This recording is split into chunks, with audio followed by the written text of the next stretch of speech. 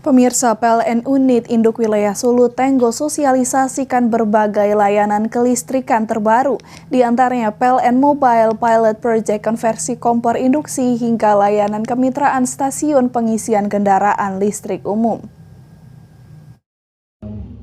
Dalam media gathering yang digelar PLN Unit Induk Wilayah Sulu Tenggo Senin 26 September, pihak PLN memaparkan sejumlah layanan dan inovasi PLN terbaru, di antaranya aplikasi New PLN Mobile 2022 dengan fitur terbarunya PLN Marketplace dan Charge-in, promo tambah daya, pilot proyek konversi kompor induksi, hingga layanan kemitraan stasiun pengisian kendaraan listrik umum dengan sistem sharing profit.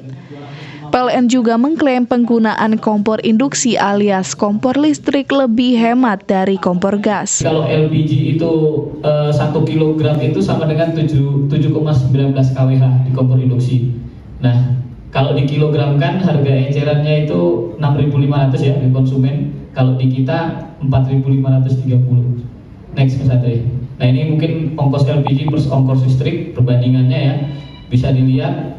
Jadi kalau pakai listrik, energi berbasis dalam negeri gitu ya, karena kita lagi banyak sekali surplus, jadi sangat hemat sekali di kompor induksi ini. Pihak PLN membandingkan pemakaian 4 tabung gas dalam sebulan yang memakan biaya Rp76.000.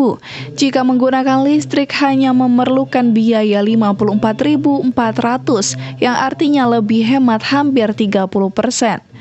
Dalam kesempatan ini juga GM PLN UIW Sulu Tenggo Leo Basuki berpamitan ke awak media usai dipindah tugaskan ke daerah lain. Regina Mangke melaporkan untuk Kawanua TV.